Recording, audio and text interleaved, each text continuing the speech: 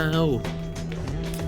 I never noticed this ring situation up here before that rotates. Unless this is the first time it's done it, maybe. Like cycles through, you know, like moon phases, and then blam! There's the symbol for the 8 stars. Bloop, bloop, bloop, bloop, bloop. Waxing and waning. I guess that would be an eclipse though, right there, right? Pretty cool. All right. Welcome back to the birdhouse. I'm Dr. Bird, that's Derpy Bird. We're back with more Pyre tonight, which we should be finishing. Probably won't take us very long. So we might be switching to another something a little bit later. We are about to continue our journey just before what is supposed to be the last liberation rite, which is intense. The true Nightwings, led by Oralek, are here to challenge the real Nightwings, me, and vie for the last spot in the liberation rites to escape the downside and be returned in glory and forgiveness back to the Commonwealth, where we have a plan. A revolution is forming with our help from down here and other revolutionary help from the people of the Commonwealth and those who we have liberated previously. So without further ado, let's continue our journey. It is daybreak. You are set forth now for the spring of Jomier, for what appears to be the final time. Thereafter you shall return here for one last exile's final chance at liberty. Oh, my mistake. Okay, so we're not immediately moving to the final liberation rite. We actually have to go perform a normal rite down here, and then it will be what is supposed to be the final liberation rite. So let's get our move on here and challenge. I don't know if this is going to be the true Nightwings or if it's someone else. Is this where we're at? Oh yeah, Spring of Jomier. Okay. So, Tizo suspects you might find something of value along that route. I don't know if we want value. Volfred expressed an interest in taking this route. Alright. We're gonna follow Volfred because he could use some experience. Or just some help. So let's see. Oh, there are missing drive imps about. Let's locate them. Your intentions to explore the dusty wastes of Fall Flat were dashed when, on your arrival, several of the wagon's strong-willed drive imps escaped. Fortunately, their disposition toward mischief proves predictable enough, and soon all the imps are once again accounted for. Typical drive imps. However, Volfred also has a nasty bite to show for it. A few upstarts among our drive imp ranks is no cause for concern. You dressed the minor wound, which ought to heal soon, but the incident took much of your remaining time this day and left both you and Volfred awaiting its merciful conclusion. Aw, shit! Volfred lost -2 quickness for the next rite. Oh, that's horrible timing. Oh, why did I go that way? Oh, right, we're going against the Chastity again. With Manly Stoppenhauf or something. A total tool bag and kind of an asshole. Alright, Slug Market.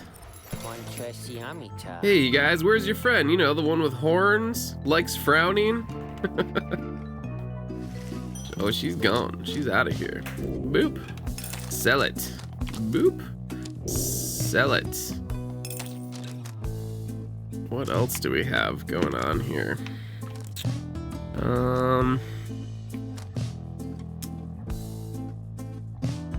Oh shoot, we've got this moon crest back. I forgot. For some reason in my head, I thought it was specific to Jodar Isle, but it's not. And it's really good. 60% chance to immediately return after being banished by an adversary. So that's pretty worth it, I think. Oh man, there's another plus 10 talisman upgrade over here. I don't know what we would use that on, to be honest. Wait, doesn't somebody have level 10? Oh yeah, lose bow. Volfrid's blink ability transports him farther than usual, 50%.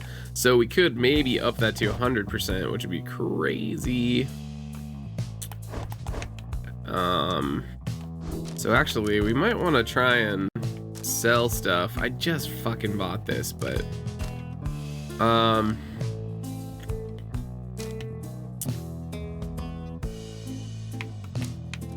quickness might be useful. That might be useful.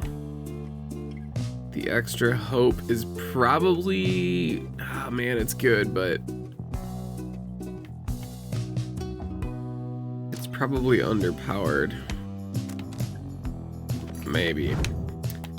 Well, I guess they're not gonna, these are the last 3 people though. So if I'm not gonna use it on these 3 characters, I might as well sell it, right? So let's get rid of this one. Is that enough? Oh, that's enough right there. All right, we'll just sell the one then. Boom. Then we can upgrade this Mamma Jamma. Let's see what this does. Yeah, 100% farther blink. That's gonna make Volfrid a lot more dangerous on offense. So I'm pretty happy with that. Pretty good, pretty good. Time to commence the rites. Chaotic is here with coffee. Does that mean you're going to stay awake? How's it going tonight? After making all the necessary preparations amid the barren wastes of the spring of Jomier, you and your companions await the commencement of the rites. It is quieter even than usual at the onset of such events. Tariq appears bearing some sort of news. I have checked, and it appears as though the chastity have not yet arrived, reader madam. There's no sign of Manly or anyone. Their sigil is not set either. If what he says is true, and your adversaries are not present, then you presume the rite cannot commence. Little Skims! 30 months! Now I know that you already showed us 30 months. I remember saying 30. Second coat of stain on your deck today, nice. Oh, you have to drop it down a couple of feet. Why do you have to drop it down? I know, Skibs, I know. I'm just saying. It's just funny that it kicks off the alert twice. Either way, thank you for your support. Yeah, it's funny. However, the stars themselves soon indicate you are mistaken. Here come the stars. It was a pool deck before, now it's just gonna be a raised platform. Oh, okay. It's like out in the middle of the yard. That makes sense. Gotcha. So you're lowering it quite a bit then? Like several feet? Over the pond area, cool. Reader, the Commonwealth. That sounds awesome. Your home. My home. Today it is aflame. 2 feet. Like a stack of books. Cool. Because of you. Because of your outlandish plan. It was me. Not that you care. Not that you shall live to see this place again. Your attempts at revolution shan't succeed. Do you like jack it up? Put it on jack stands or something and jacks? As for myself, I shall enjoy presiding over these remaining. Gonna borrow car jacks from the shop, right on. The rite is set to commence, but your adversaries have failed to show. Unfortunate, but understandable. They knew that they would never make it to another liberation rite. I cannot blame them for not wanting to participate just for the sake of it. Indeed, as the rites are drawing to a close, some of the triumvirates whom you have met, perhaps they are beginning to decide the stars are not worth heeding any longer. Manly, you wonder whether he would give up on the rites like that. He seemed so convinced he would prevail and return in glory to the Commonwealth. Perhaps a contrary reality was too much for him to take. Cut the legs on one side a little at a time. 6 legs total. Okay, that's not too bad. Then you gotta figure out how to brace them. I was thinking it was like a really big, you know, and it was gonna be like 12 legs or something. That would be really complicated.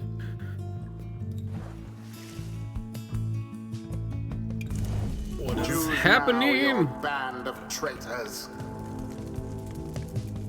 I guess I probably want to start with Volfred. Volfred. I'll put Tizo up top. Tizo. So he can be sneaky. Right down the middle. Yeah. I'll check the pictures. We take no pleasure snuffing out a flame disowned. Oh, we seriously have to, like, do this? Lo, even your adversaries have abandoned you. And it is done. The Nightwings prevail. By default. What? Not that their adversaries even care. Not that anyone cares.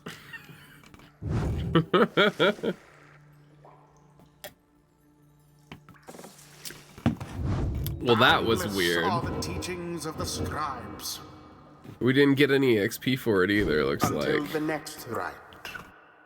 If there even is to be another one. So weird. I wonder if there's circumstances where you do actually go against somebody, or if it's always like that.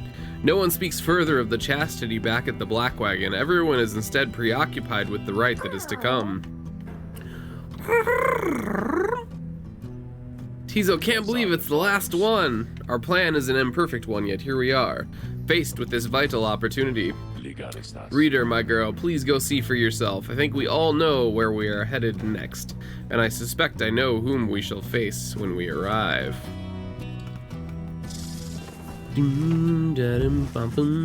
The dim and fading light of the final star still pierces through the darkness, demanding your attention, guiding you toward the end point of your path. You see plain the golden star of Solium. Here we go. I'm doing pretty good. Ready for a weekend. Ready. I'm kind of wishing though that I had done some measurements earlier this week, and then ordered some wood to do some climbing wall construction stuff.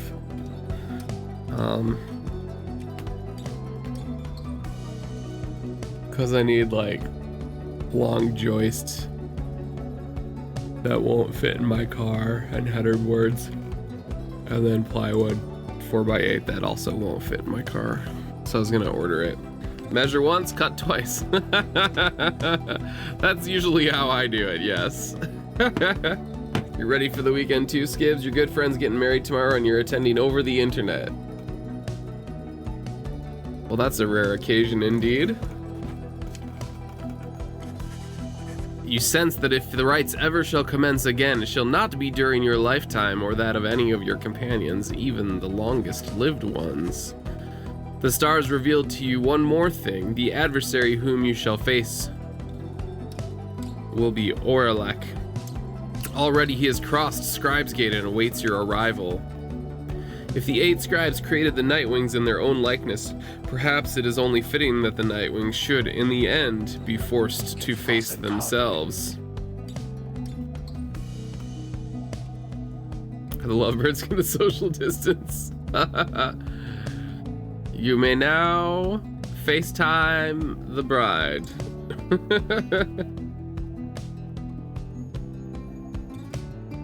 Oralek, curse this damnable cycle that it must pit us against him in this, our final chance. Let us retire for the night. We shall not have many chances more for rest before our journey's end. The group disperses as exhaustion sets in. At dawn, you fly to Mount Aladial to make a final effort to achieve your plan and get somebody home. But who? I don't know, who are you gonna send? I kinda want Tizo to go.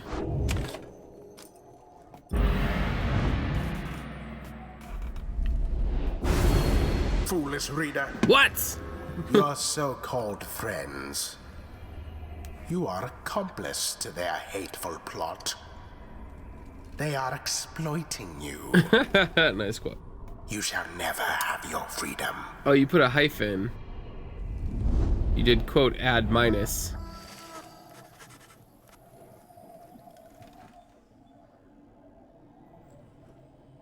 By dawn, you are already up and about. After a troubled slumber, the Black Wagon is prepared for its final voyage to the fall of Salayam. No one speaks.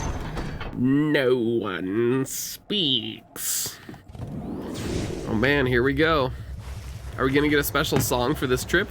As you lift into the skies, Tariq raises his voice, cutting through the somber mood. Reader, a certain olden ballad comes to mind just now. I think it may befit the circumstance. Perhaps it may help to pass the time along our flight. Would you mind it very much if I were to play this song for the Nightwings? By all means. He begins without another word. This is very Bastion right here. And like I can't swoop really quickly. So like it'll be a long enough ride that we hear the whole song. I'll be quiet now.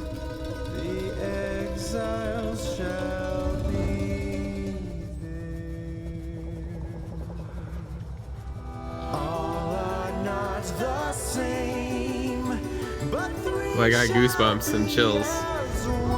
Ooh.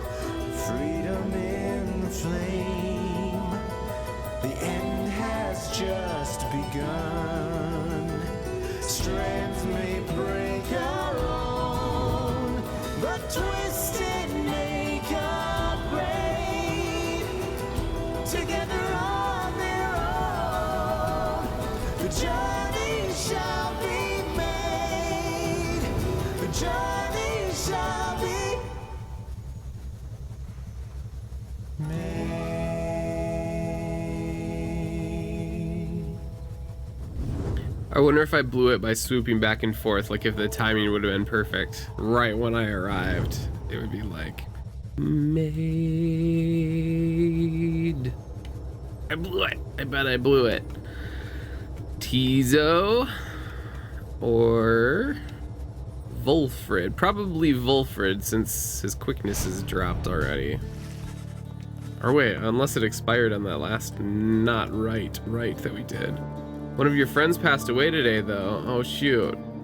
You knew it was coming, but it's still really sad. I'm sorry. Sorry to hear that, Skibbs. You touch down amid the fading glory of Mount Aladial to make pilgrimage to the summit for one last time. There, one last liberation rite shall soon commence. That's always tough. Your friend Brian had cancer. Okay. He was in hospice. Okay. Shoot.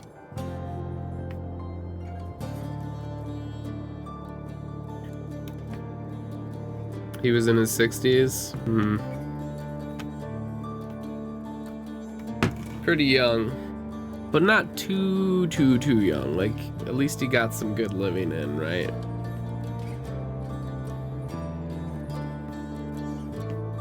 There, one last exile shall regain his or her freedom. All others shall remain to carry out their sentences here in the downside for the remainder of their lives. And in the Commonwealth, the plan of which you are a part shall either come to fruition or shall be suppressed. For sure, he lived a full life. That's good. That's good. That's good.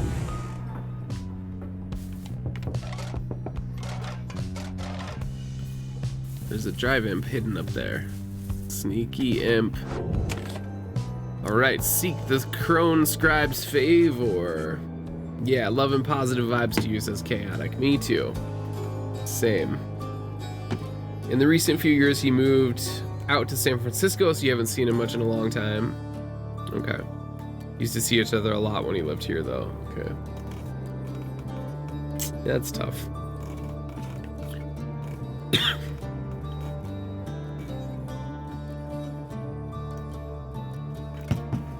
After having landed, you joined Wulfred on an expedition to the Monument of Molten Melith for what is likely to be the last time. Hear me, O scribes, long have I served your will, and long have I pursued the path which you revealed to me. Our plan now stands on a precipice. If we prevail this night, then we may yet achieve its goals. We would reform the Commonwealth under the auspices which you yourselves described within your book. As we shall stand together, so I ask that you please stand with us. By your divine grace, we may yet prevail, and please have mercy on Oralek as well. Soon he is finished, you return to the wagon in silence, feeling as though Molten Melith has shown you favor. Your brother's girlfriend died earlier this week too. Don't know how. Oh my gosh. That's not good. It was just sudden, and they don't know how yet. At dawn you shall begin your last descent. For now your vocations may occupy what little time you have to spare. Wulfred gains 3 glory. Okay, that's pretty good.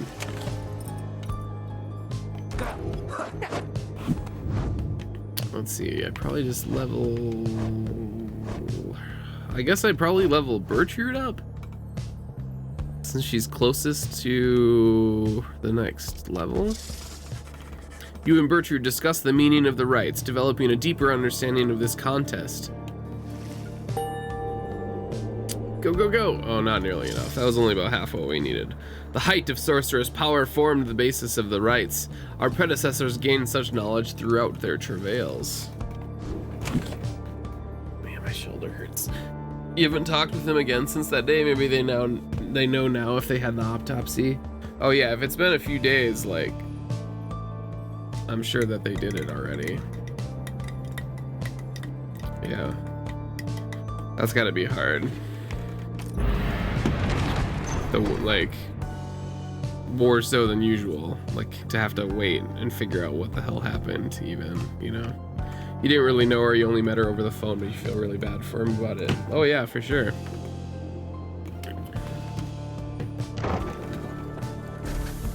That's gotta be hard. Here in the ancient formations of Mount Aladal, you encounter a messenger imp come to deliver news and rumors from the other side. The news this time pertains to Jodariel, whom you liberated at the fall of Salayim. You learn her past transgressions have all been forgiven. She soon was to be reinstated on the blood border, on the presumption that she wanted her old status back. In fact, she was offered an especially prestigious leadership position in the First Vale, for a demon such as she could not be seen in the streets. But she refused the gesture, rather bluntly, the report suggests. Instead, she sought Wulfred's agents as well as several of her former fostered sons and daughters, and so the ranks of the revolution grow stronger. The last part of the messenger imp's news must have been damaged in transit, though appears to be in Jodariel's own words. All you can tell is that it says, await. Await! You thank the messenger imp for relaying this information. Your companions are excited to discuss the news. We can envision it, a demon such as she set loose within the Commonwealth. Having someone of Jodariel's will and stature with us on the other side shall pave the way toward a brighter future. Tizo says, Kihru! He's fired up! News of Jodariel's liberation fills you and your fellow exiles with newfound resolve. Ugh.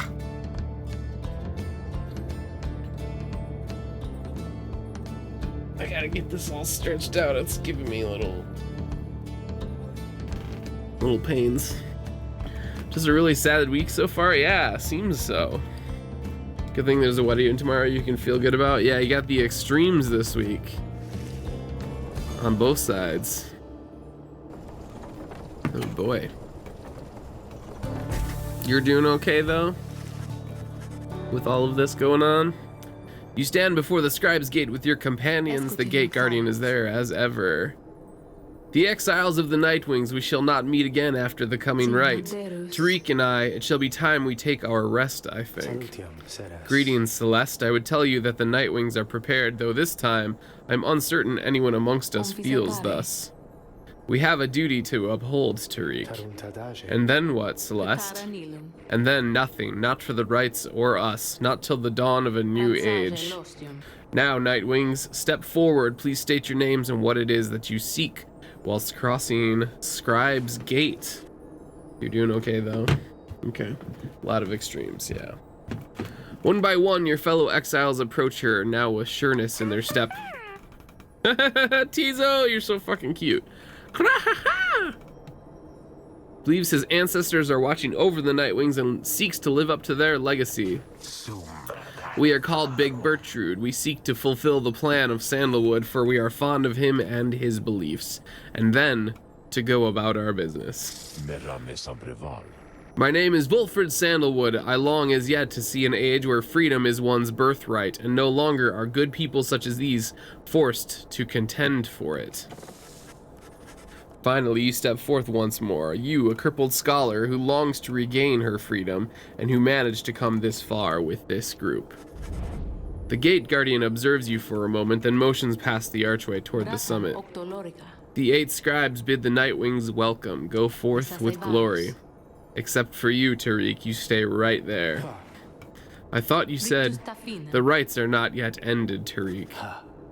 He looks to her, then over to the rest of you. Pardon me, everyone, I shall be there when the stars align. Woo! They remain together as the rest of you depart. Oh. All the money issues, other things. Not all bad things, though. Okay. Well, hopefully you'll get some rest this weekend and things will be smoother next week. You've gained the summit of Mount Aladile for the 7th time, the final time in which any one of you shall have a chance to leave the downside. Some of the things you're thinking about are good, though? Well, that's good. It's all about balance. Imp. Rub the imp for good luck. Slug Market. Hey guys, I guess you probably heard the big news, huh? Yeah. I'm going out of business here, I guess. This hasn't been the same, you know, what with the stars all fading out and stuff. Anyways, just wanted to say you guys are great, and I'm sure I'm gonna miss having you guys as customers and all that. I got some good news though, too. All my stuff, it's all on sale now, and I'll throw a little extra there just for you, okay? So enjoy, maybe I'll see you guys around. They're all 5% off. Great. 5%. Raises the rank of certain talismans plus 20? That's craziness. Alright. Commence the final liberation. Here it goes. Very few stars remain above to light your way as you await the commencement of the final liberation rite. The lone minstrel finds you clutching the book of rites, seeking there, perhaps, some bit of wisdom that has eluded you thus far. Reader, we may not have a chance to speak again after this. I may have to go. I wish to say that I am grateful for having made your acquaintance, and I shall remember you with fondness. I wish you well this night and always. Go forth with glory. Then he looks up and he extends his hand in friendship. You clasp it! Clasped! You see Bertrude has joined you. All of your companions are there with her, in fact. Reading one, thou art both wiser and less irritating than most others of thy kind. We have learned something from thee and we are grateful. Oh, Tizo wants us to know he has the utmost faith in us. It is strange for me to say, given the circumstances of our meeting, reader, but it has truly been a pleasure. Onward now, let us achieve our plan. You look upon your fellow exiles, your companions with whom you have withstood the downside, and with whom you shall now conduct this final rite. Begging your pardon, but my time has come. We shall see each other soon. He departs. After this night, the outcome of Wolfred's plan, the plan of which you have all been a part, shall be decided one way or another. For now, all you can do is strive to prevail against your final adversary so that one last companion may go free. You rise to join your fellow exiles as the last remaining stars ignite. Oh man! What?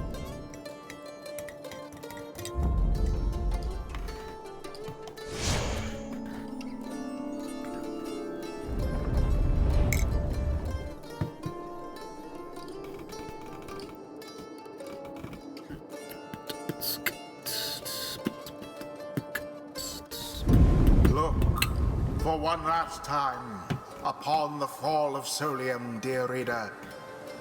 Hear me for one last time. Okay.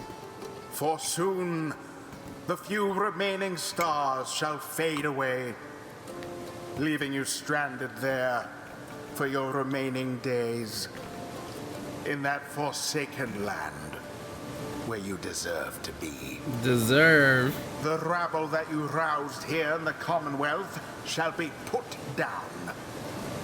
The exiles whom you liberated, all shall fall in line. But first, let us get on with this last liberation rite. You face none other than yourselves. Oh my god! Each so unlike the glorious Nightwings of yore. 'Tis a shame that one of you shall soon be free, for you deserve each other. Oh my gosh. The pyres burn and each of the triumvirates is present and prepared. But before Tariq can concur as per the custom, not another word. What? The demon Oralek slowly raises his clawed fingers to his mask. The false Nightwings have arrived at last. Long have I awaited this. My freedom once was stolen from me. Then I was cheated of it here upon this mountaintop. You may now attempt to take it from me once more. He stands there for a moment, silent. Then Oralek dons his mask and stands prepared. May these damned rites cease forever for the misery which they caused. Oh man. Nightwings, we shall not meet again after tonight, for the cycle of the rites is all but ended. Thus I would have your decision. On whose behalf shall you conduct this final liberation rite? The one whom you anoint, or else the exile Oralek shall be returned. Godspeed, reader, you know what is at stake better than I. I have utmost faith in you to make the best decision and conduct this rite with glory. Nightwings, the star's remaining light grows dim. Your decision, please. You guys, who do we send?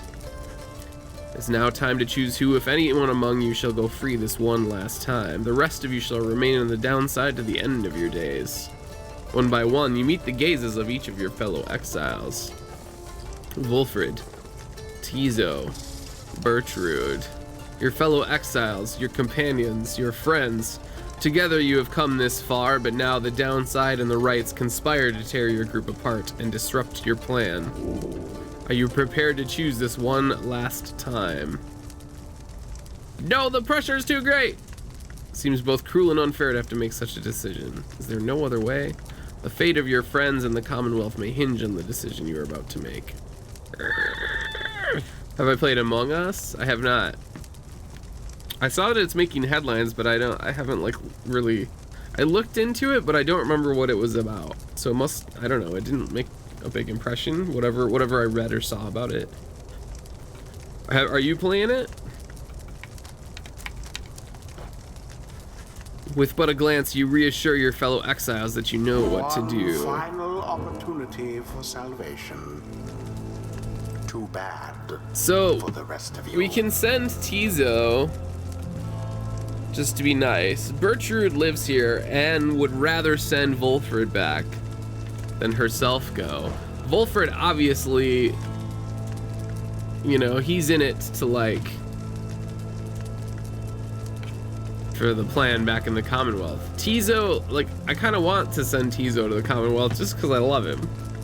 But he lives here, like he's an imp. He lives in the downside, so like no big whoop, right, if he stays. I mean, I don't know. Let's see what he's got going on. At the start of her rite, the bearer's pyre automatically gains 40. Oh, shit. Rank 40 talisman. What the crap? Oh, what is this? Oh. For 7 seconds after saluting his adversaries, Orlick deals an additional 10 to the pyre. After using his rush to lunge forward, he can rush again. When landing from a jump, Orlick briefly stuns nearby adversaries, making them drop the orb. Ooh, that sucks. Orlick can banish adversaries by flinging the orb into them. So he's just a killer. These guys have Moon Crest and Tailwind Crest, no big whoop.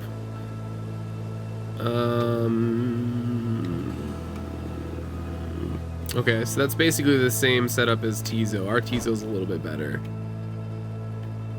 And then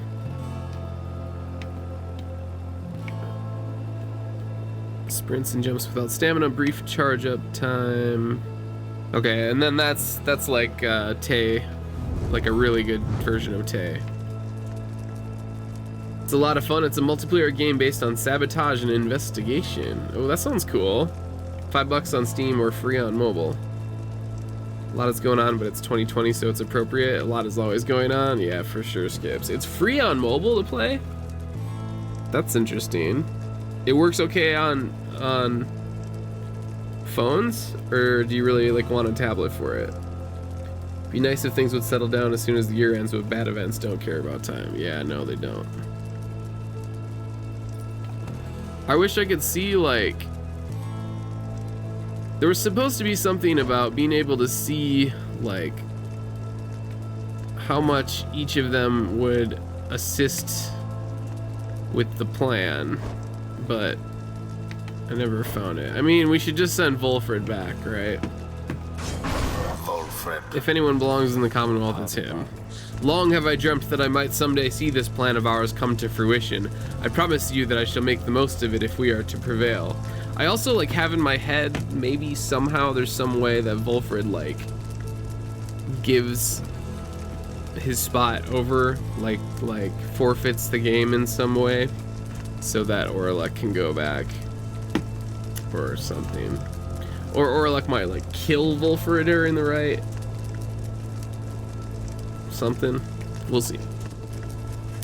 Your choice is cast. As for your other companions, you sense a clarity of thought and purpose in each of them. They stand ready to support Volfred as well as you. Tizo shall strive. Cree! Birchroot shall strive. Thy will is ours, reading one. Let the remaining stars shed their last light upon our ceremony here. Tablet would be easier. Okay, I don't have a tablet, unfortunately, but you wish you did. You've become pretty pessimistic over the past couple of years. You're trying to work on that. Oh, you have hope for this year still, Skibs? That's what Chaotic was talking about. Yeah, I don't know. I mean, my work is so fucking crazy from now through, like, the first or second weekend of January that it doesn't even matter. You know, like, the rest of my year is crazy no matter what's going on in the world. You're supposed to get vertebrae fusion surgery on October 12th, but you don't know if you want to go through with it now? What is vertebrae fusion surgery? The choice is cast. Those are to be my adversaries then, and who is it, I wonder, who asserts her will over that group? You sense Orlick searching for you, almost reaching out to you. You, the shadow of the false night wings. They are nothing to me but you who would relinquish your own liberty for sake of them. Strange. It is fitting then that I should have to face one such as you. Then Orlick stands at the ready, signaling for his two allies to do the same. By light of dawn, the cycle of the rites shall cease. Let us see if we can finish this ordeal before that time. The sky above begins to shudder. The final liberation rite is about to commence. I'm so fucking nervous! Tariq. I am prepared, Celeste. Then let our song this evening shake the stars themselves. Aye, Celeste, let us make sure of it. They'll fuse two of your vertebrae in your lower back, L3 and L4, because the disc between them is completely worn away and causing you a great deal of pain. Oh man! That's a big fucking surgery, right? Why would you not go through with it, though? Won't it make you feel better? I'm sure the recovery's rough, but I am disappointed to see you here, Tizo, opposing me once more. Tizo's upset and calls for Orlek to cease speaking to him.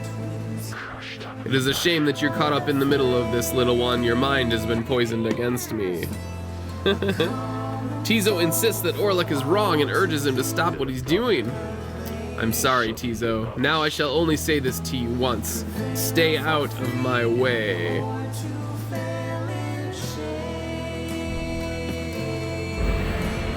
Begin. Oh my god, I'm nervous. The final chance of liberation for the age. Oh fuck, he's so slow.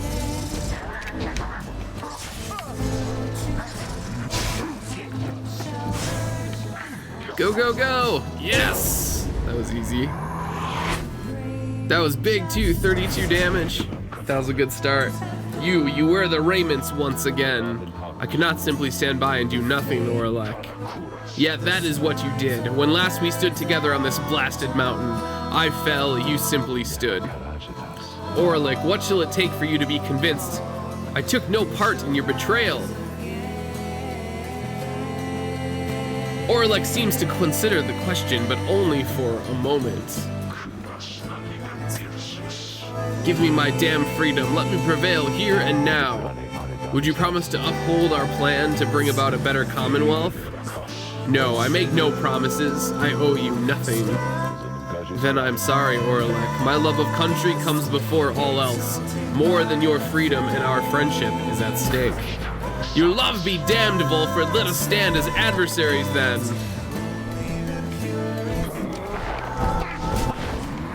Shit. What was that? Whoa, what? How did he do that? The sky rains ash. Soon shall your Pyre's own mingle with them. Just then, the skies above begin to rain down fire, the final throes of the cycle of the rites and the ending of the age.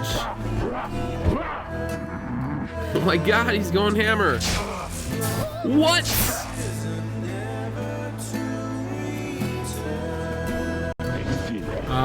Not good.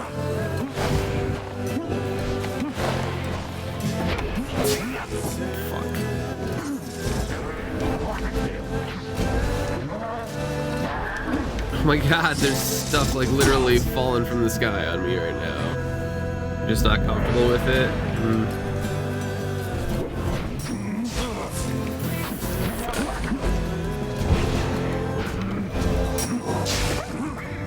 Gotcha.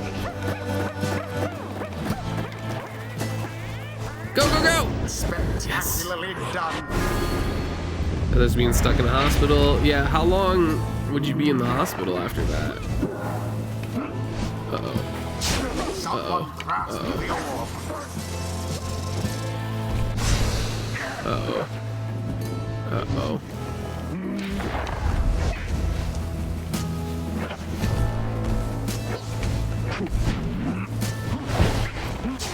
Shit! Oh yes, all three of them! Go, go, go, go, go! In the name of Solium Myrrh. Multiple people close to you in your life with compromised immune systems. Yeah, that is tricky. Yeah, there's a lot going on there to unpack. So the false Nightwings bear their fangs at last, but that cannot be your finest effort. You think you deserve your freedom more than I? Then fight for it, damn you! How he has changed, that Orlek. Grown old and bitter lo these many years. Shoot. Yes! Good job, Tizo. He's so good! Probably a few days at least, then multiple months of physical therapy. Wow, that's big. Orlek stands breathing heavily. He looks back on the thin lick of flame that is his smoldering pyre before turning his attention back to your triumvirate. He is pissed right the fuck off.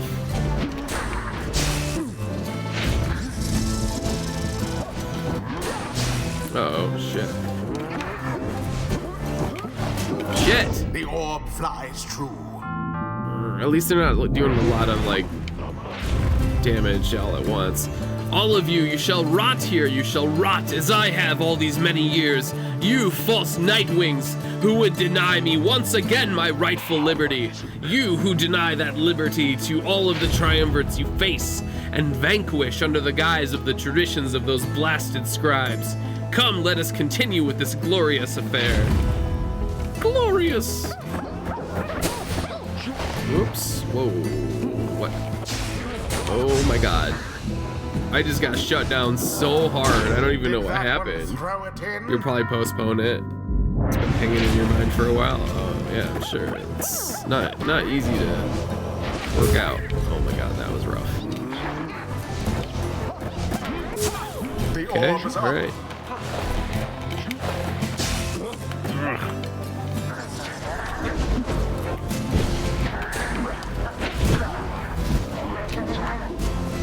Come on, get them both. Yes.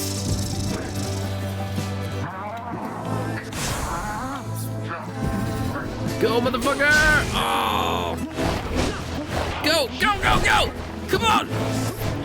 Damn it.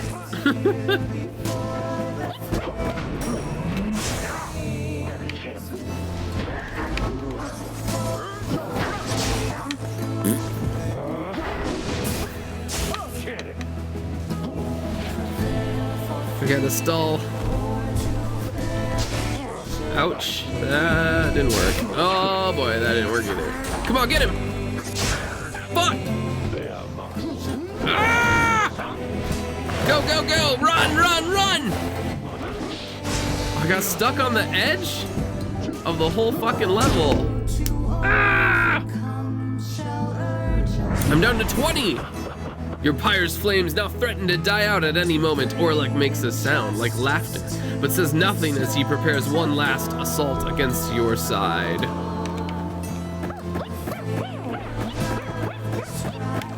Go, go, go, go, go! Go, go, go, go, go! T-Zone, come on! You can do it! Fuck him up! Yes! Go! Come on, fucking go! Damn it! Oh, I fucking had it, man. That's 2 of them. That's 3 of them. Yes! Yes! Oh my god, that was so close. Nightwings proved their worth. He like grunts about it. The same cannot be said. Thus ends the liberation rite. I have to pee so bad right now, though. Ah! The scribes have chosen.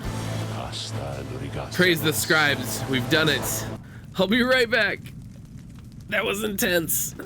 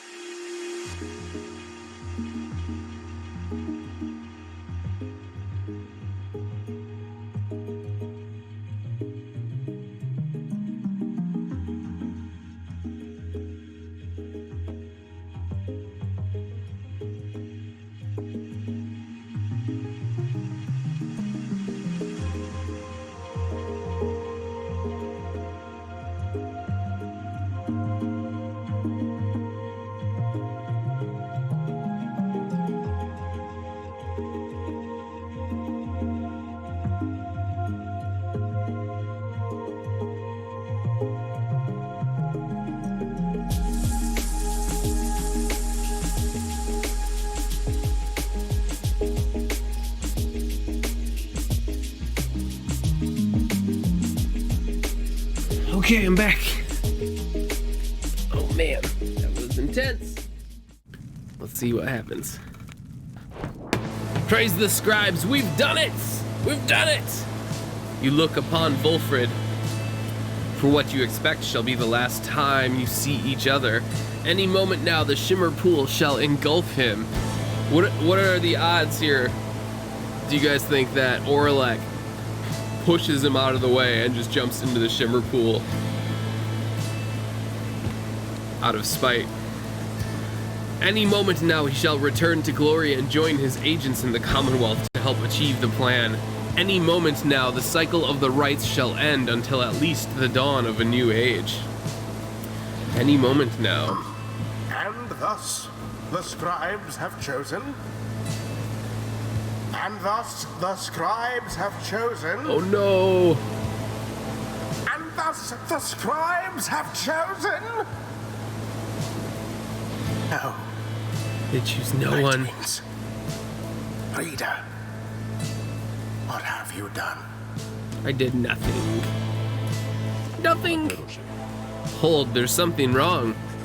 Each prior time upon the fall of Salayam, the Shimmer Pool is opened following the liberation rite and taken in whichever exile prevailed. But now all is still and the light of the stars above has all but died. You sense a growing fear that it is already too late, that the Shimmer Pool shall not reveal itself again. Orlek approaches, his head bowed.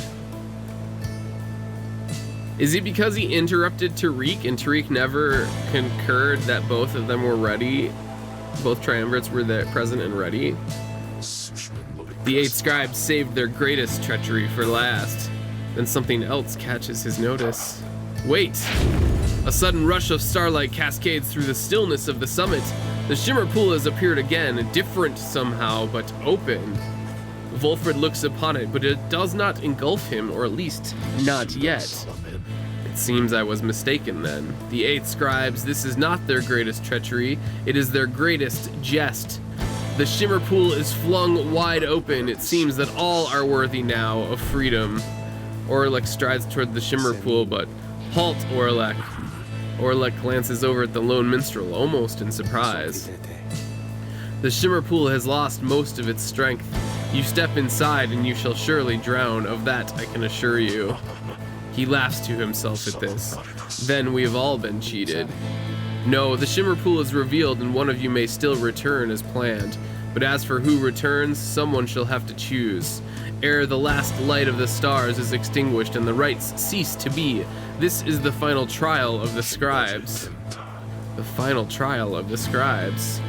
Then our confrontation, the liberation rite, it was all meaningless? No, the victor of the confrontation is to be the one to make the choice among those closest to the scribes, either the anointed or she who anointed them. So then the choice is mine to make. My freedom weighed against the readers, is that it? Aye, it shall be either you, the reader, or it shall be either or. Volfred, please make your decision quickly, lest it shall be forfeit. I do not know for how much longer the light of the stars shall offer you this gift. A snap decision then, fine, I've made it. Reader, my girl, this chance at freedom that we've earned, it's yours. Take it now and make good use of it for you and all of us. Volfred wishes to give up his freedom so that you may regain yours. Very well. Reader, madam, the choice which Volfred made, or rather the choice which he gave, it is now yours to make instead. This choice, it may keep bouncing back and forth like this? Absurd! It may until such time as one of you is willing to accept the burden and the outcome of the choice. That is the trial, and I fear that there's little time remaining now. Reader, if you and your companion are too cordial with each other to accept that freedom, either one of you, then I shall gladly take it. Freedom ought to be more than some flirtatious trifle to exchange. Reader, what is your will?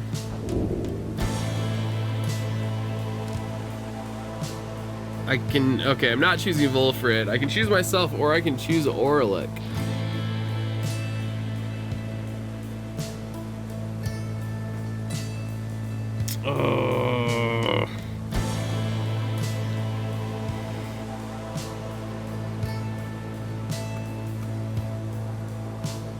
Damn it. I have to choose Orlek even though he's like kind of fucking evil now.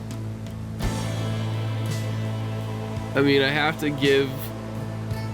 He earned the right to leave previously and it was stolen from him. So he earned the right to leave before I did.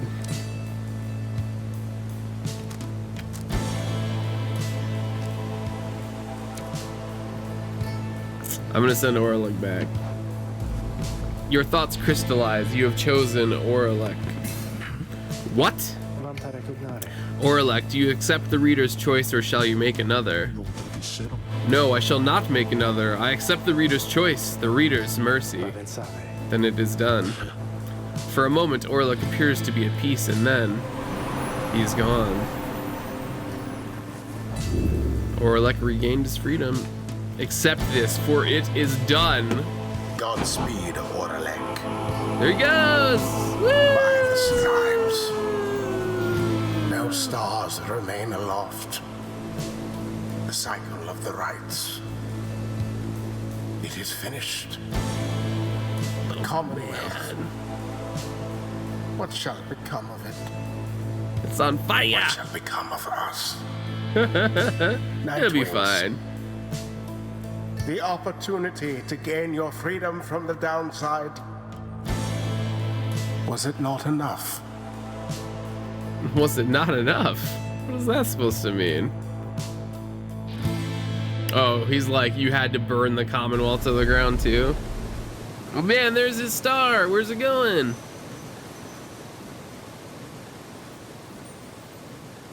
Wow.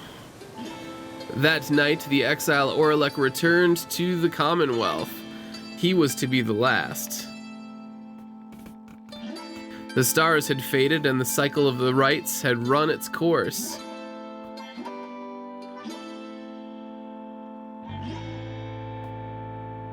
He found the Commonwealth in great upheaval. Spurred by the efforts of 6 liberated exiles, Volfred Sandalwood's revolutionary plan had incited the masses. These exiles and the starless sky portended the return of the scribes. The people surged into the streets, shoulder to shoulder. Led by the 6 exiles, their voices shook the heavens. The leadership of the Commonwealth panicked. No blood was shed that night, and by dawn it was over.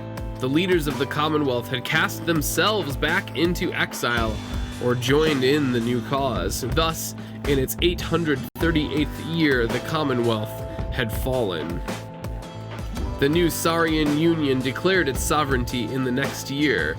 Among the changes its elected leaders ushered in, they vowed never to cast their people into exile, and they abolished the old Commonwealth decree forbidding literacy. Today, we still remember all of this, and we remember the exiles of the downside whose deeds led to the dawning of our age, whether they returned or not. Whoa! I got true freedom! I can click on people. Oh yeah, after her liberation, Jodoryle soon became an icon of the movement that led the collapse of the Commonwealth and the rise of the Saurian Union.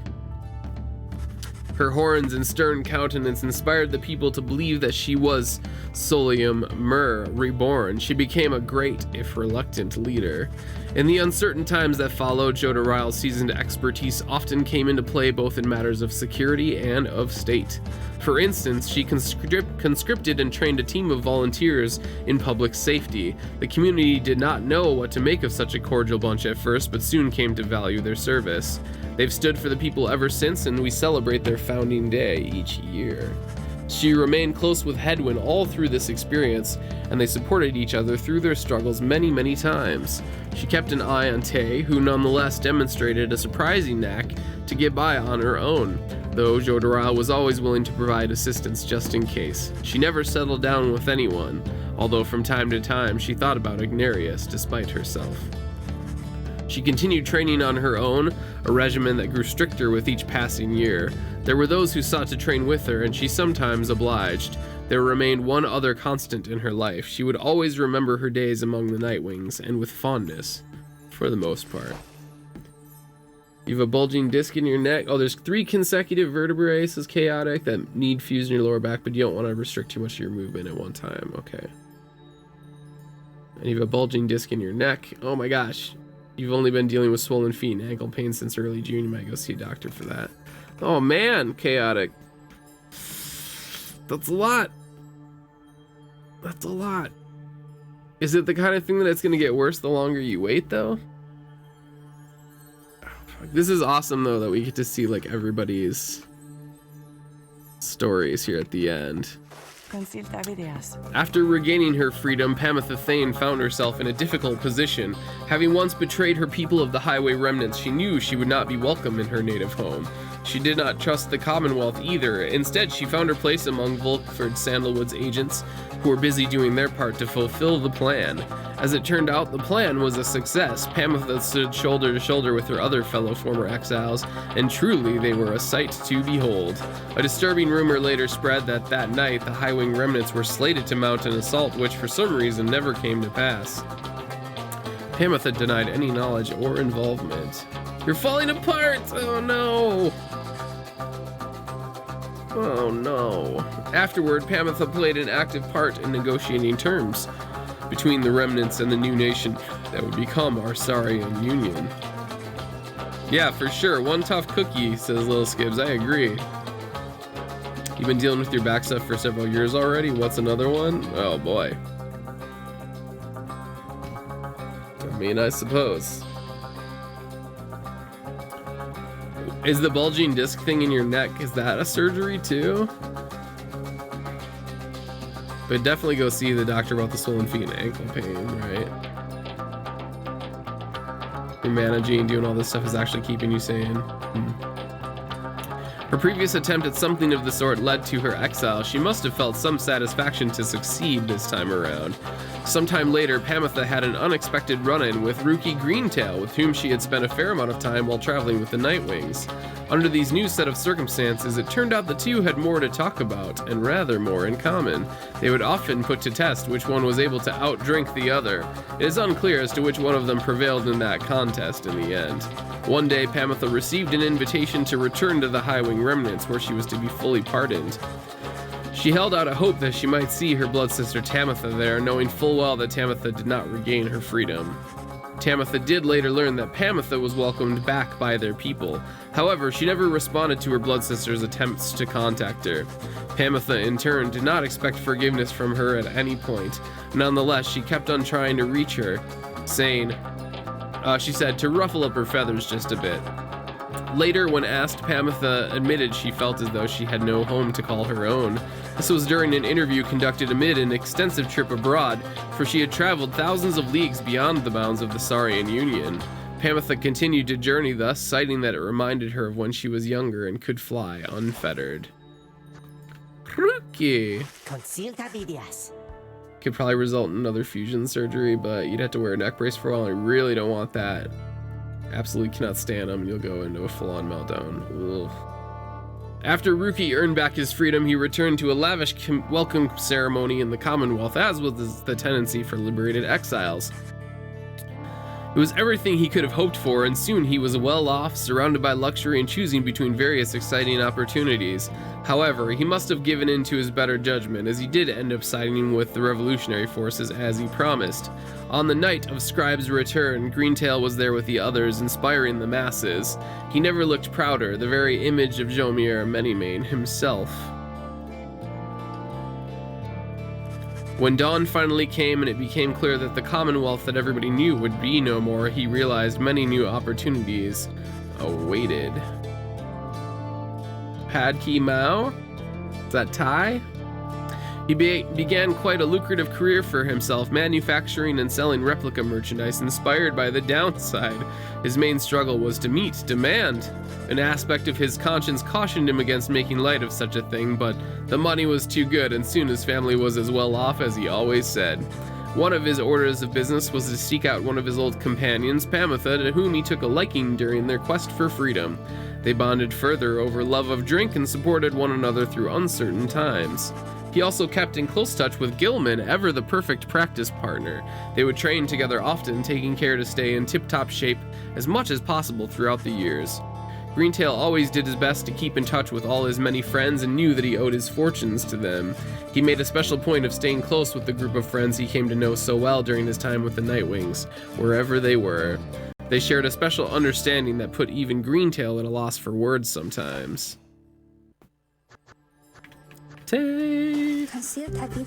The Commonwealth had never provided a sense of home for the one they called Tay the Tattle, so she was surprised on her return that she was so well treated.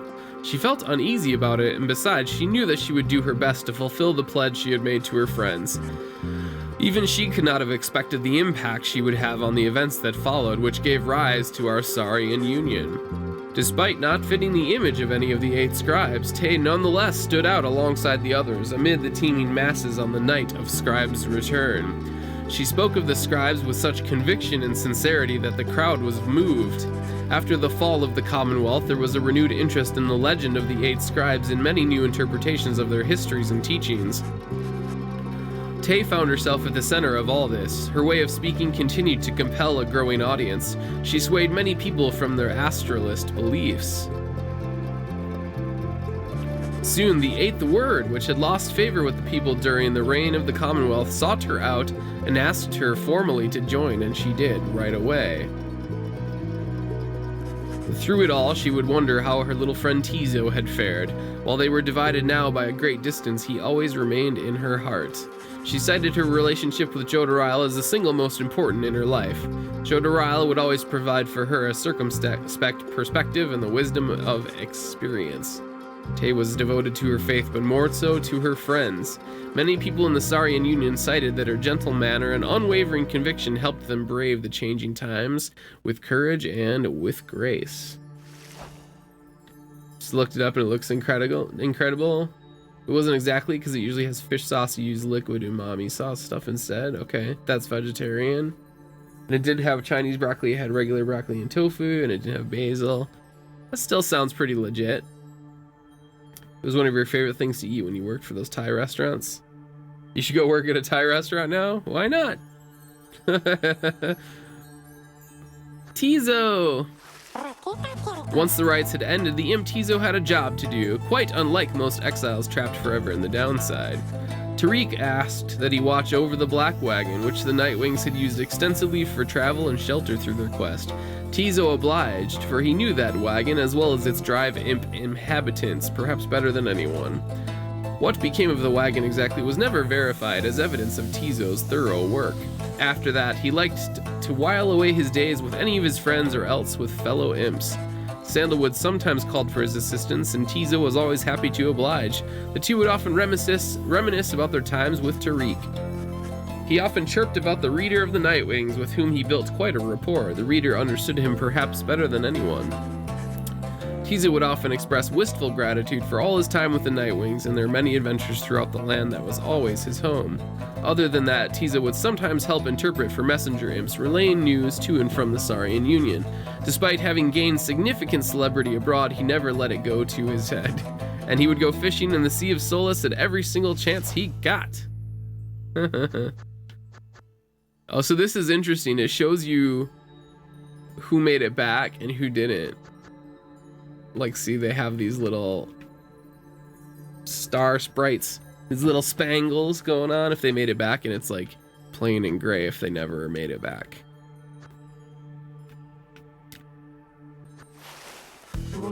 Here we go. After the cycle of the rites ceased turning, Tariq bade the remaining Nightwings take the Black Wagon and seek their fortunes elsewhere in the downside. Their parting was heartfelt but brief. He remained there at the summit of Mount Aladile with Celeste, where the two of them would chronicle the final outcome of the cycle. Neither Tariq nor Celeste were ever seen again. We know all this now through song attributed to them. Some claim these songs originated in the taverns of the Saurian Union and merely were imbued with weight of folklore. However, exiles liberated from the downside corroborated each other's claims at having met this duo that presided over the liberation rites. Another folktale suggests these minstrels were heralds of the scribes. Having fulfilled their obligations, they departed the world we know and rejoined their patrons.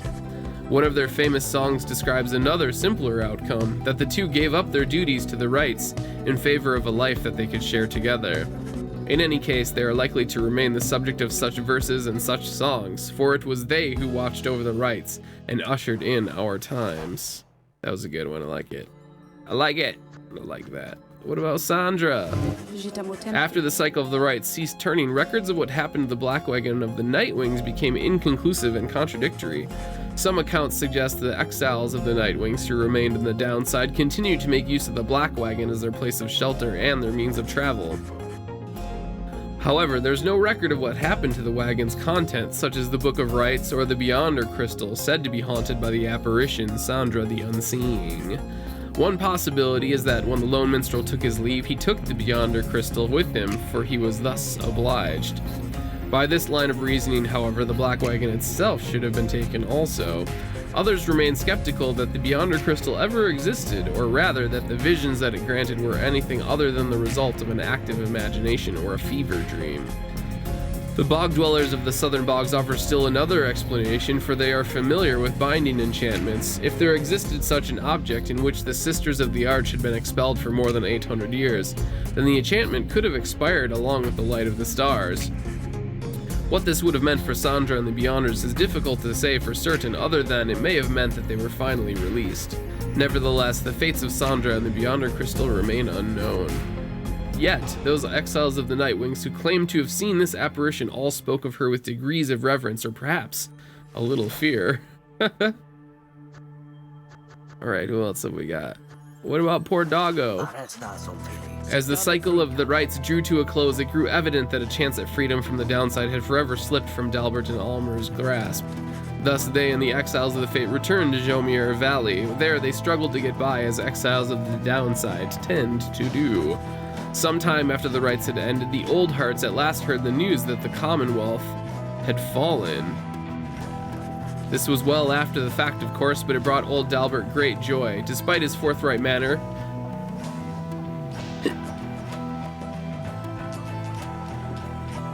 he had no love for the nation that cast him down along with his son. Dalbert Oldheart passed peacefully in his sleep before the next new moon. In his final days, he implored his son to undertake a pilgrimage to the scribes.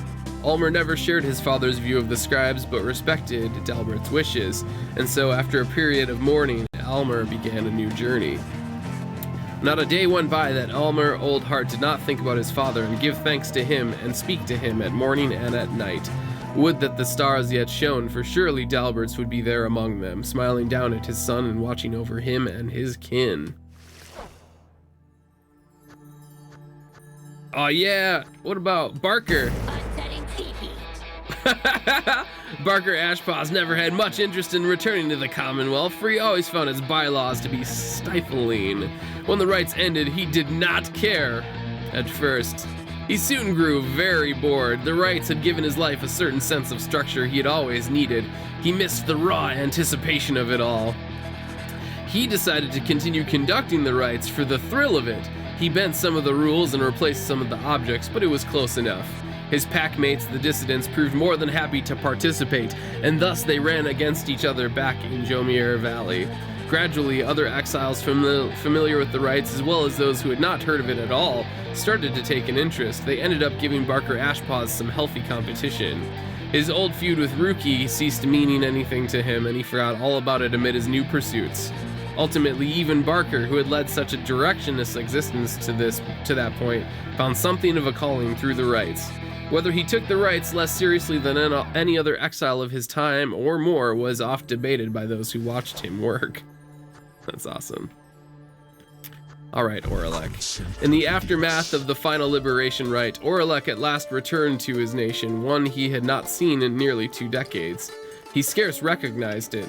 After all, it was in the midst of transformation, a social and cultural upheaval. When Aurelek witnessed the people of the Commonwealth standing shoulder to shoulder and chanting together on the night of Scribe's return, he looked on in silence for a time. Then he stepped toward the crowd. A murmur and hush moved through the gathered citizens at the sight of him, for they had never seen someone thus changed by the downside.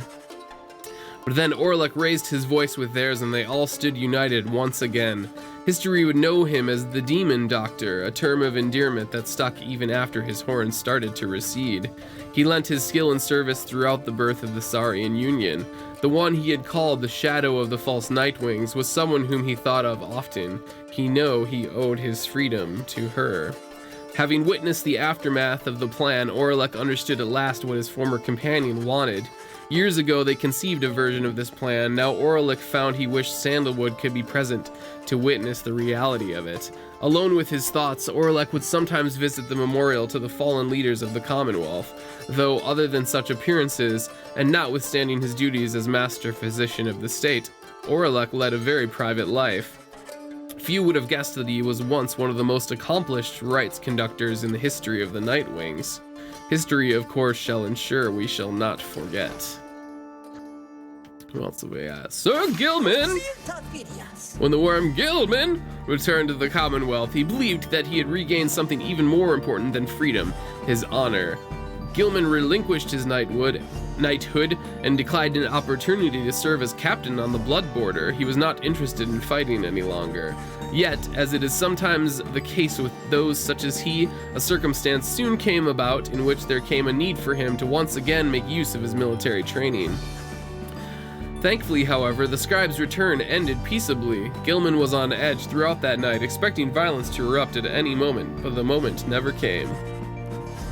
When the matter was at last put to rest, then Gilman truly knew his time as a knight had ended. He declared to all those in earshot that he would never fight again. Unless, of course, there arose some other extraordinary set of circumstance, again requiring him to fight, but he certainly hoped not. He still trained regularly, just in case, especially with his fleet-footed friend, Rookie Greentail. He was always grateful for having studied under the reader of the Nightwings, without whom he would never have completed his penance. Because of this, and perhaps because they were on opposite sides of the world now, Gilman dedicated his life to her. By that point, he had long forgotten about his days under the leadership of Sir Deluge, his former commander. Breaking free of his abusive leadership was his first step toward gaining a bit of self-respect. Gilman never did return to his homeland of the Sea Dominion and was content to lead a monastic life on a small residence in the hills. It was just high up enough to make him keep striving to conquer his fear of heights. Other than that, an intense daily training regimen and the occasional visit from an old companion was more than enough to keep him optimistic and engaged. He knew by then that honor was not something to be won, but a contract with oneself to be renewed each day. Sir Deluge? All his life, Sir Deluge had fled from one danger only to find himself facing another. He escaped the war-torn waters of the Sea Dominion, the blood border of the Commonwealth, and now he had escaped the rites. After the rites had ended, many exiles wrapped up in the ancient test were crestfallen as their last chances to return to their homes vanished, along with the stars. But Deluge did not mind, for this outcome meant that at last there was no burden of responsibility weighing down on him. While most of his fellow exiles of the Pyre Hearts yet longed for the waters of the Sea Dominion, driven as ever by their impulses toward conflict, Deluge settled down. With him remained one of his companions, one Lady Seagrass, who had taken a liking to him for some reason. Oh man. Reportedly, they disappeared into the waters of Worm Gulf, which may begin to explain the significant increase in worm population observed in the vicinity. Oh my. Throughout her exile, Tamitha was motivated by a single goal: to return to the Commonwealth and exact vengeance on her ancient enemies. When she realized the rites had ended and that she would never see her mountain home again, she nonetheless remained determined to aid her people however possible. She gathered certain information pertaining to the intentions of the Nightwings, who had formed a pact to regroup on the other side after liberation. Other such reports exposed certain weaknesses in the Commonwealth defenses and revealed to the remnants the opportunity for a risky but potentially impactful strike. Worm teeth begets worm teeth. Skips.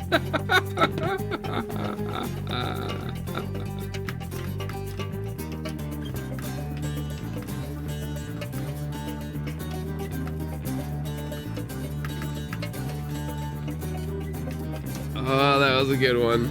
As Tamitha could not participate in the assault, she learned what happened well after the outcome. On that night, known as Scribe's Return, the Commonwealth had fallen. The remnants thus prevailed at last without even having to fight. Soon after the fall of the Commonwealth, Tamitha learned her blood sister Pamitha was an accessory to the successful outcome. Tamitha was very skeptical of this, but as similar reports kept mounting, she soon accepted the prevailing opinion, however grudgingly. Once a messenger imp arrived bearing some sort of message, seemingly from Pamitha. Tamitha turned it away. She would not give in to an impulse to forgive. Hey Marge! Double quotes!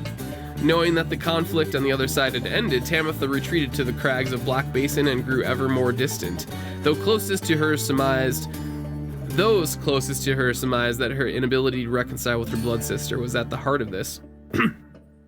Though for her part, Tamitha never once admitted to any such weakness. Concealta vidias. After his liberation, Hedwyn was instrumental in the events leading to the fall of the Commonwealth and was vital to the outcome of the plan. The peaceful outcome of Scribe's return was attributed to several key factors. One of them was the underlying ambition of the plan itself. Another was Hedwyn's visibility among the people in the streets. Identified to be a liberated exile, he was believed to be Gol-Golathanian reborn. More importantly, however, was one that the winged harps of the High Wing remnants accompanied him. She was later identified as Fikani Shang. Oh yeah, he found Fikani! Their bond was symbolic of what was at stake that night and proved vital to the peace that followed. In all his days as a leader in the Saurian Union, Hedwyn oft confided in his friend, Jadariel. Despite her intense manner, there was no one whom he trusted more in times when circumspection was required. Hedwyn would often think back about the vow he made at the beginning of his quest for freedom. Although he cherished all the friendships he made, he had pledged to Jadariel, Ruki, and the Reader of the Nightwings they might all be free again together. He had broken that vow, for in the end, not all of them were able to return. A terrible guilt over this darkened his mood for a time. However, the others whom he still knew lifted his spirits, much like he had often lifted theirs. All of the Nightwings knew the stakes. While the others who stood with the Nightwings were not all able to remain in contact thus, Hedwyn thought of each of them often, and so in turn did they oft think of him. Somebody should have told him, though, that I chose to let Oralek take my place. Otherwise, everybody that he made a promise to made it out. I just gave up my spot.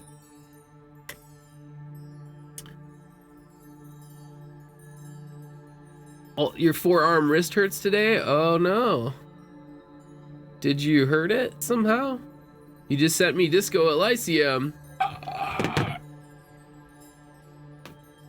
Thank you so much. I'm excited for that one. Super excited. It feels like overuse. Okay. From painting? From kneading bread? Or like, is it like typing stuff? I'm sure I will love it. Thank you. Thank you, thank you, thank you. I really appreciate that so much.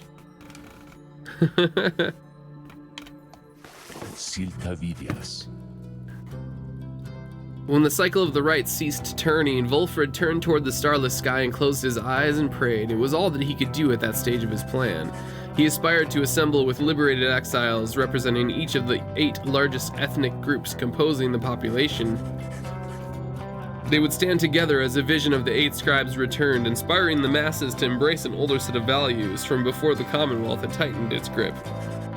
With the rites ending sooner than expected, this ideal scenario became impossible. Sandalwood's own freedom, for instance, was now forfeit, yet the plan did have contingencies. Hurts to type and turn your wrist? Uh-oh. Gonna head to bed and just lurk and rest your arm. That sounds like a good plan, Marge. Thanks for stopping in. You'll be here silently. Sounds good. Rest up. I hope your arm and wrist feels better. And thanks again. With the rites ending sooner than expected, the plan did have contingencies. Fortunately, most of those contingencies did not prove necessary. Word reached him that, on the night of Scribe's return, his fellow liberated Nightwings stood together and their voices echoed through the streets. These former exiles who ought to have disappeared into the ranks of the Commonwealth's own leadership now stood united with its people, who poured from their homes in solidarity. It was imperative to Sandalwood that this stand against the Commonwealth be peaceful in its nature. An overwhelming show of popular support would be more than enough. Ensuring this was his priority, and in the end, the result was self-evident. The plan's goal had been achieved. I didn't understand that sentence. Sandalwood kept busy after that, as much as possible, providing counsel from afar to those who would be at the forefront of the birth of the Saurian Union. Of course, being stranded in the downside meant that there was only so much he could do. Resting assured that the future of the nation was in capable hands, he turned his attention to the remaining exiles of the downside. They might never return to that new nation, but at least they could experience its triumphs and its struggles in some vicarious way, so he took to his old work, writing and printing. As literacy began to spread again throughout the Saurian Union, so too did exiles of the downside take to it. For his part, Sandalwood helped to teach as many as he could. More than that, he provided the material to read, a semi-annual report about the latest events both in the Saurian Union and the downside. This periodical gave many exiles something to look forward to. One of his allies in all of this was the imp Tizo, with whom he traveled all across the downside. Sandalwood often cited Tizo as the wellspring of his own enthusiasm for a brighter future. Such was the creature's spirit. He welcomed the company of the Reader of the Nightwings at every opportunity and counted her a trusted friend and a keen editor. He was pleased to hear that his one-time friend Orlick had once more become a productive part of his society, and he spoke little of their time together. As Volford gained more fame throughout this land for all his sacrifices and contributions, it is said that he remained steadfast about two things. The first was that the cause itself ought to remain in focus, the freedom that the people had achieved. It was a gift to be cherished, a set of values that needed to be nurtured. The second point he made was that he himself had little to do with the outcome. He would often praise the exiles of the Nightwings who had stood with him, each in turn by name. He never forgot any of them. One day, to commemorate his birthday, the people of the Saurian Union unveiled a monument depicting him and the Nightwings as imagined in their prime. While Volfred did not learn of it until much later, it is said that he was moved to tears then by the gesture.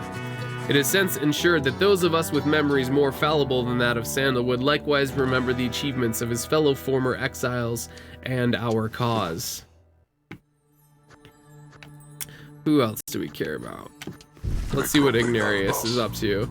Once it became clear to Ignarius the rites were drawing to a close, he knew it was time for him and the Tempers to call it quits. First, he and the Tempers decided to celebrate, and that they did for many, many nights. The revelry did eventually subside. The exiles parted amicably and went their separate ways. He roamed the downside then, searching for some meaning in his life, sometimes taking odd jobs requiring his brute strength. He never remained alone for very long and took on many lovers in his time.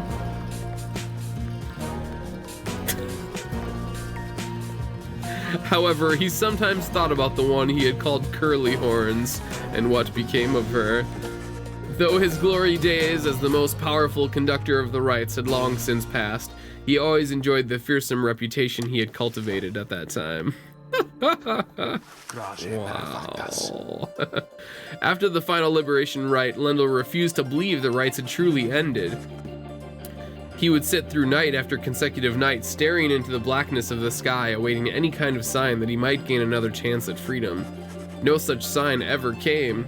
His fellow accusers started to express concern for him. Survival had become their top priority once liberty had slipped from their grasp. While Lendl dismissed them as weak fools, he insisted rather forcefully that any evening now the stars would shine for him again and mark the way toward his inevitable freedom. He was, of course, mistaken. The others in his triumvirate were left with little choice but to abandon him. After that, the exile known as Lendl the Liar was never seen again. However, there have since been sightings of a bedraggled demon who wanders the downside and bears Lendl's cruel countenance, suggesting he yet lives. Dear, dear Curly Horns, I miss you so. After the cycle of the rites had ceased, Witch Udmilda returned to Flagging Hands, where she sealed herself within the pit of Malith. There, even her fellow exiles of the Withdrawn allegedly grew unnerved after a time and left her to her vile work. Sometime later, the pit of Malith erupted into flame. So intense was the conflagration that it could be seen all the way from Jomir Valley. Arson was suspected, though the cause was never verified, and many bog dwellers in the region were forced to flee. A tempest blowing from the north finally quenched the flames. When at last the ashes settled and the grounds had cooled, the site of the fire was scarred beyond recognition. No trace of Witch Udmilda could be found. As for the contents of the pit of Malith, which notably included a profane object thought to be the remains of Islak, all of it was gone as well. Back in the Saurian Union, Udmilda's repeated threats of the return of Islak were thoroughly investigated, and no credence was found to any of her claims. Manly tender stuff. realized the rites had ended and he no longer could return to the Commonwealth through this ancient means. He was outraged. He cursed the scribes, spewing forth such a slew of blasphemy as to be very unbecoming of one of his high status and bearing. When at last he calmed himself, he focused all his energies on attempting to find another means of homecoming. He maintained regular contact with his wealthy family on the other side via messenger imp, and used their vast resources to explore other means of escape. He tried using an elaborate pulley system, attempted to retrofit a flying black wagon with superior propulsion. He tried an imp raft, a hot air balloon, even prayer. Nothing worked. There was only one way to escape the downside, and now it was gone. Tinderstaff bankrupted his family in these vain attempts. At last, such was his shame that he retreated to the teeming woods of Black Basin, to Cinderroot.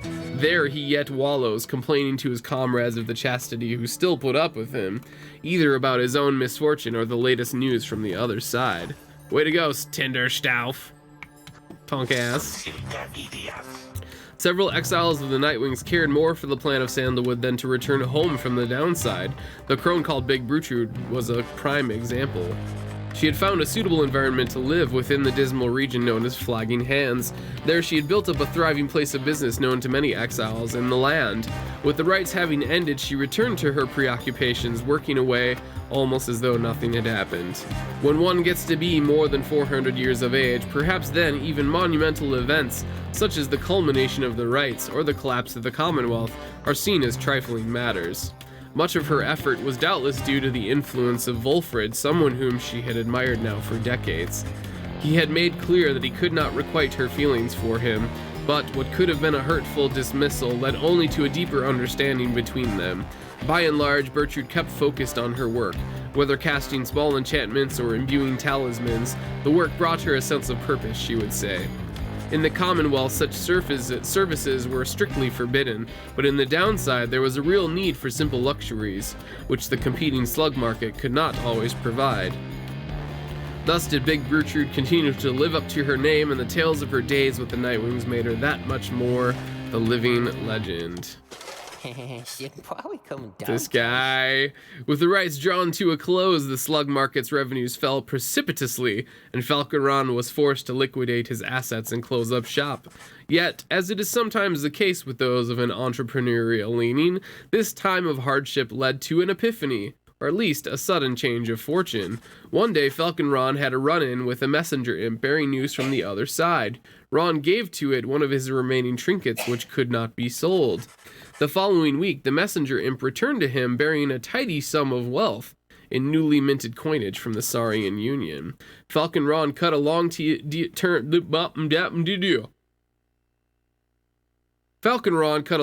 deal with the messenger imp then and there. Though his trade remained a gray area from a legal standpoint in the Saurian Union, the newfound fame of the downside caused Falconron's goods to explode in popularity.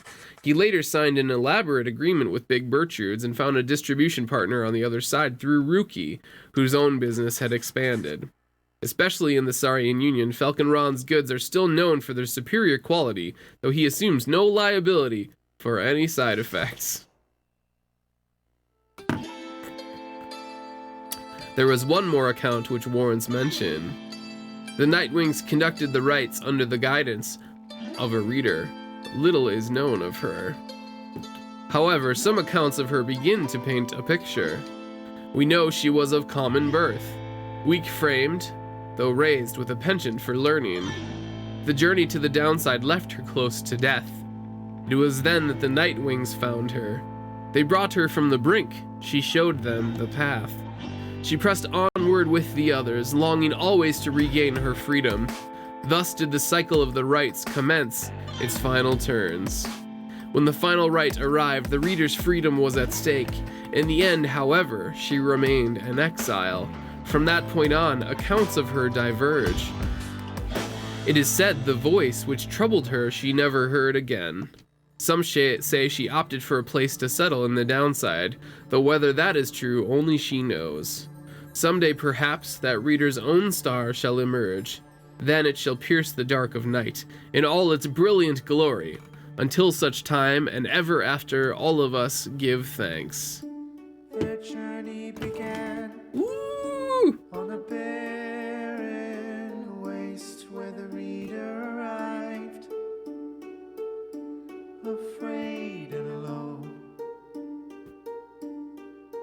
Oh man, this is my star.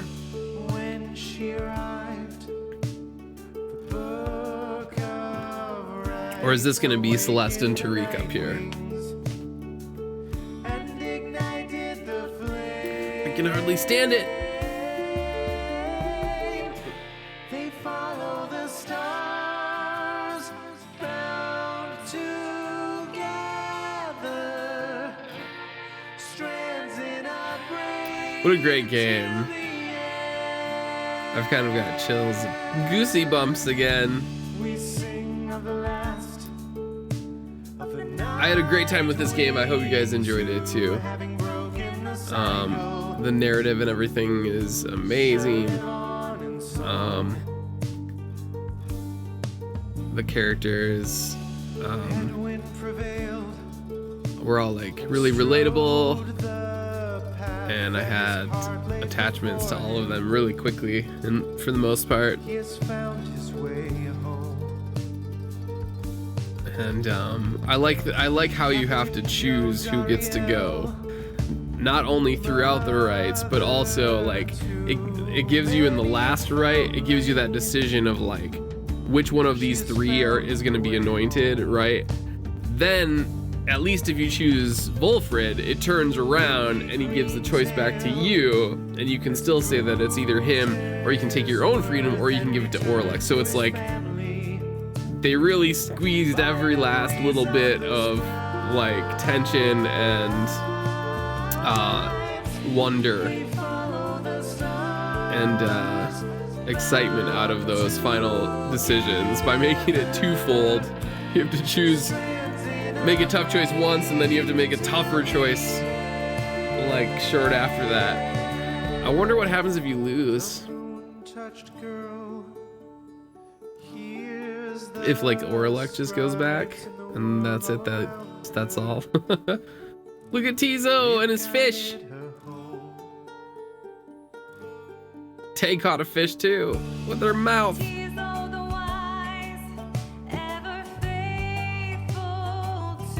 This is great though, all the star symbols of everybody in the Nightwings.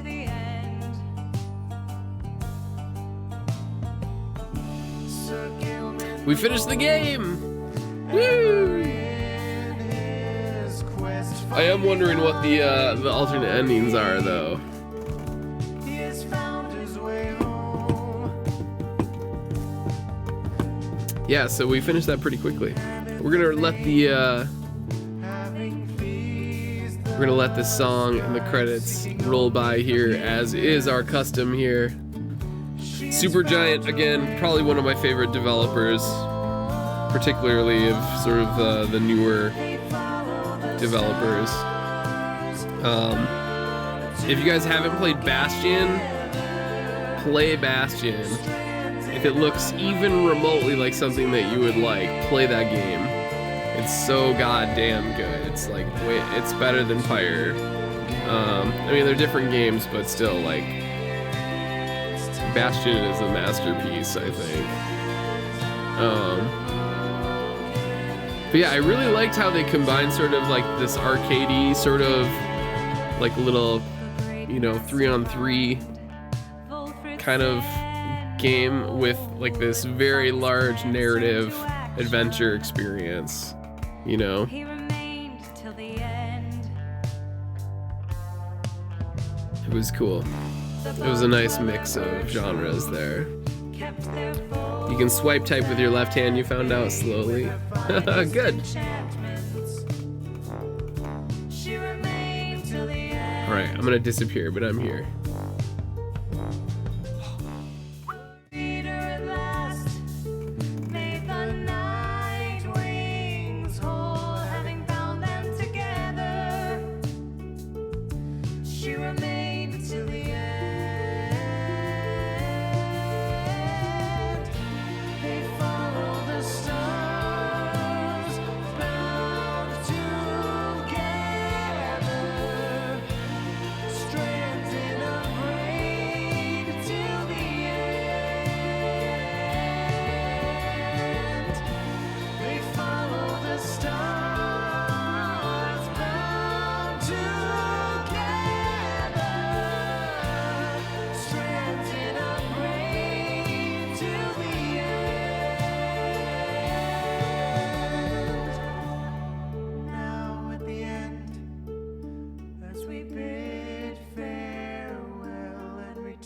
to the stars, we shall find a way home.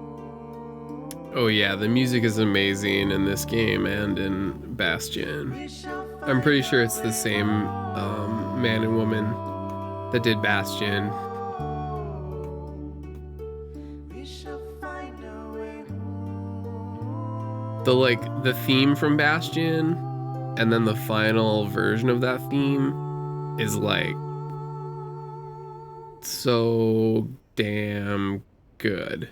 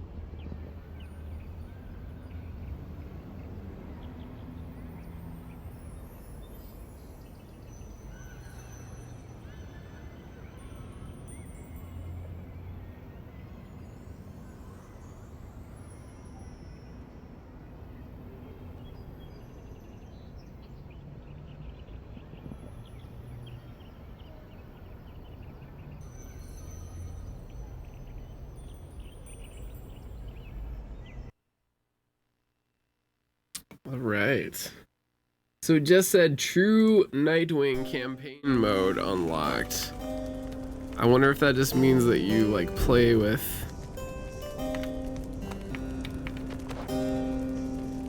Oh, okay. For players who finish the campaign, your adversaries shall be favored by the stars themselves. Base difficulty is the same as Heightened, but all Titan stars unlocked, some must be used. Enlightenment required to rank up rescaled, cannot load checkpoints or restart rights.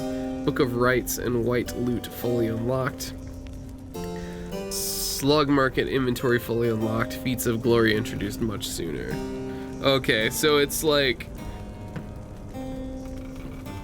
That's kind of cool. It's not like a hardcore mode necessarily.